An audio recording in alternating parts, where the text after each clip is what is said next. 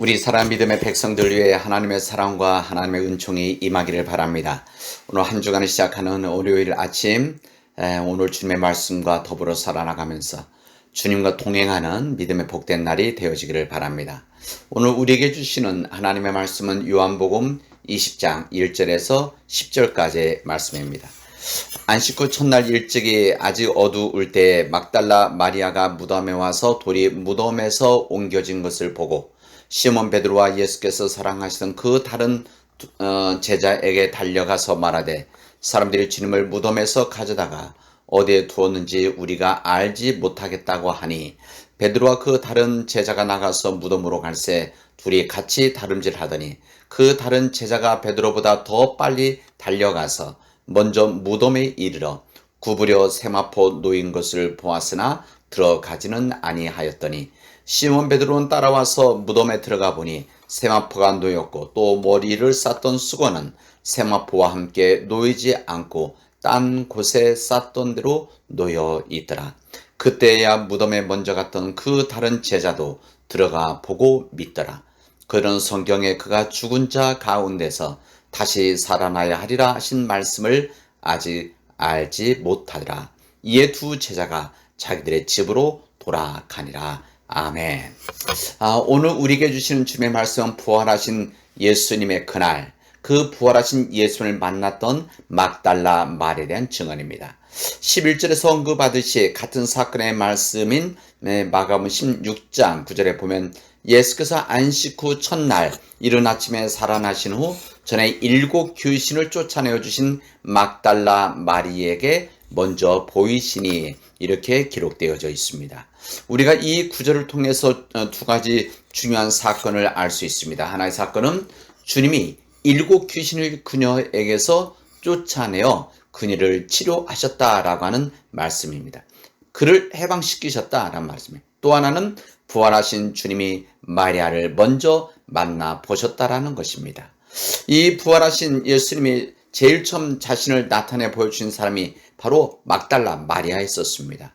다시 말하면 부활하신 주님을 제일 처음 목격하는 특권을 이 여성 막달라 마리아가 가지게 되었다는 이야기입니다.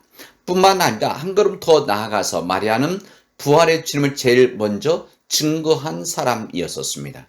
부활에 관한 최초의 증언자, 목격자일 뿐만 아니라 동시에 부활의 주님을 전파하고 증언한 명예가 바로 이 여인에게 돌아갔습니다. 누가복음 8장 1절에 보면 이후에 예수께서 각 성과 촌을 두루다니시며 하나님의 나라를 반포하시며 그 복음을 전할 때 12 제자가 함께 하였고 이렇게 되어 있습니다. 주님께서 12 제자를 통해서 그리고 그 외에도 많은 제자를 통해서 하나님 나라의 복음을 전하시며 주님의 본격적인 공생의 사역을 시작하실 때라는 것을 우리에게 알려주며 그때 맨 처음 혜택을 받은 사람이 또한 악귀를 쫓아내심과 병 고치심을 받은 어떤 여자들 곧 7 귀신 나간 자 막달라 마리아와 이렇게 기록되어 있어요. 자기들의 소유로 그들을 섬겼다 이렇게 말합니다. 성경에는 이 마리아라는 이름이 많이 나옵니다. 우리 일반적으로 많이 유대인 사에서는 쓰이는 이름입니다. 그래서 이 이름 때문에 성에 나오는 인물들이 혼동될 때가 있습니다. 옥합을 깨트린 여인과 동일치 않은 경우도 있는데 성경에는 구체적인 증거는 없습니다. 이 막달라라고 하는 것은 막달라 마리아 막달라라고 하는 것은 동네 지명입니다. 갈릴리 해변의 서쪽에 있는 자그마한 동네입니다. 이 성경에는 이 여인에 관해서 알 수 있는 것이 거의 없습니다. 구체적인 삶의 정황이 나오지 않습니다. 단지 우리가 알 수 있는 것은 그녀가 주님을 통해서 7 귀신의 억압으로부터 해방된 치료의 경험을 가지고 있는 여인이라는 사실뿐입니다. 이 막달라 마리아는 주님의 은혜를 입어서 귀신에게 해방되었습니다. 그러나 이 귀신에 해방되었다는 이 사실에 이 여인의 이야기가 끝나지 않습니다. 오늘 많은 사람들은 나는 주님을 통해서 구원을 받았습니다라고 하는 간격에서 끝날 때들이 너무나 많이 있습니다. 예수님을 통해서 죄사함을 받았다는 사실에서 대부분 끝납니다. 주님의 나의 기도를 응답하셨다. 여기서 끝나는 사람들이 얼마나 많은지 모릅니다. 그러나 이 여인은 주님에게 은혜를 받았다는 사실에서 끝나지를 않습니다. 그는 병고침을 받은 것에서 끝나는 것이 아니라 병고침을 베풀어 주신 그 주님을 증거하는 일에 예수 그리스도의 복음의 사역을 위해서 그녀가 가지고 있는 것으로 다시 말하면 구체적인 물질을 가지고 섬겼다고 성경은 우리들에게 증언하고 있습니다. 얼마나 아름다운 일입니까? 그는 은혜를 아는 사람이었습니다.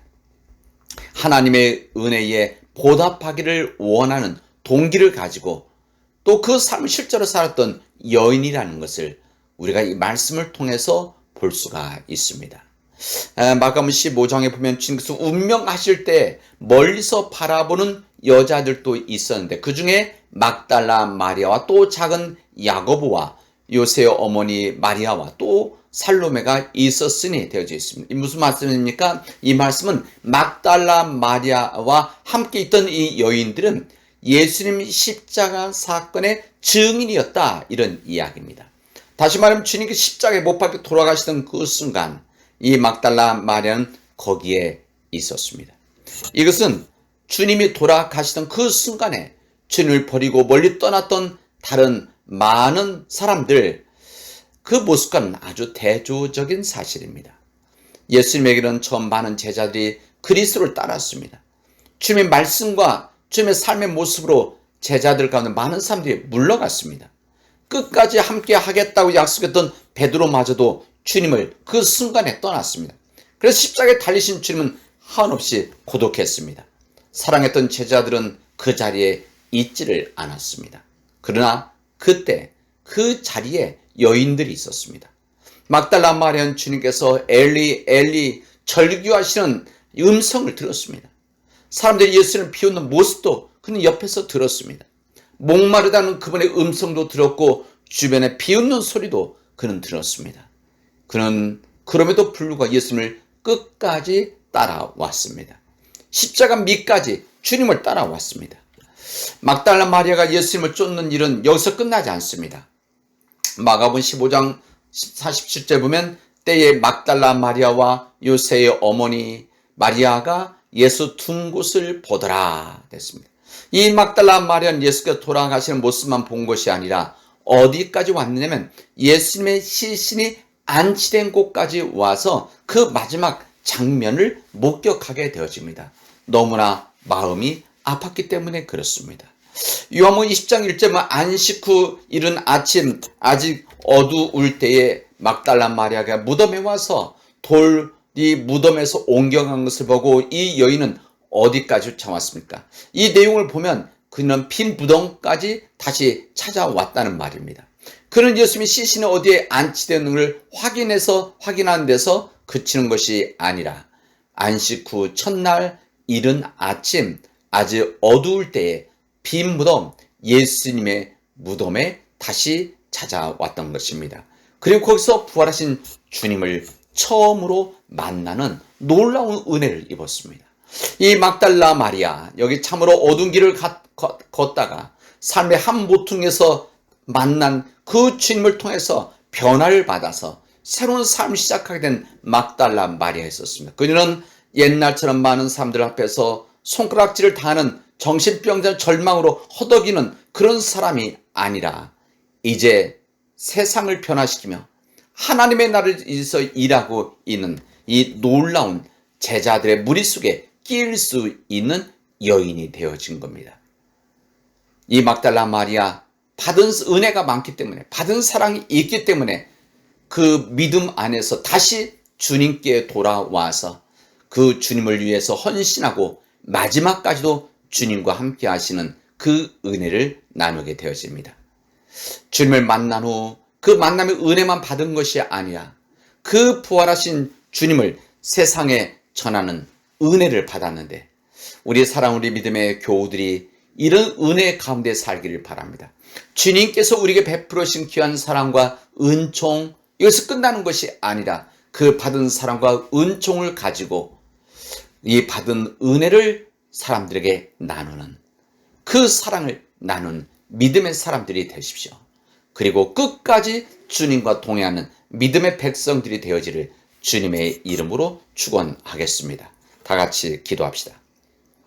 은혜가 풍성하신 하나님 감사합니다. 오늘 저희들에게 이 귀한 날 귀한 은혜 주시고 믿음의 길을 걷게 하시니 감사드립니다. 이 막달라 마리아가 하나님의 은혜 가운데 이 믿음의 섬김을 했던 것처럼 우리가 받은 사랑과 은혜를 믿음의 백성들에게 세상에 전하고 나눌 수 있는 하나님의 사람들이 되어지도록 인도하여 주시옵소서. 예수님의 이름으로 기도합니다. 아멘. 오늘 월요일 우리 함께 드린 이 중보 기도는 우리 교회 환우들 위해서 함께 기도하도록 합시다. 오늘 우리에게 허락해 주신 우리가 사랑하는 우리 교우들 가운데 병원에 있고 또 집에서 치료받고 있는 우리 많은 교우들이 있습니다. 그리고 또 장기 투병하는 우리 교우들이 있습니다. 또 병으로 인해서 힘들어하는 몸과 마음의 병을 가지고 있는 우리 교우들이 있습니다. 여러분들께서 이 모든 교우들을 기억하시고 이 교우들을 위해서 간절히 기도하는 주의 백성들이 되어주시기를 부탁드리도록 하겠습니다. 이제는 우리 주 예수 그리스도의 은혜와 하나님 아버지의 사랑과 성령의 인도하심과 교통하심이 이제 주님의 말씀을 가지고 주님의 은혜 가운데서 받은 사랑과 은혜를 세상에 전하기를 원하는 우리 사랑하는 믿음의 교우들 위에, 그리고 이 코로나 바이러스로 인해서 힘들어하고 있는 우리 민족과 우리 확진자들 위해 영원히 함께하기를 축원하옵나이다. 아멘.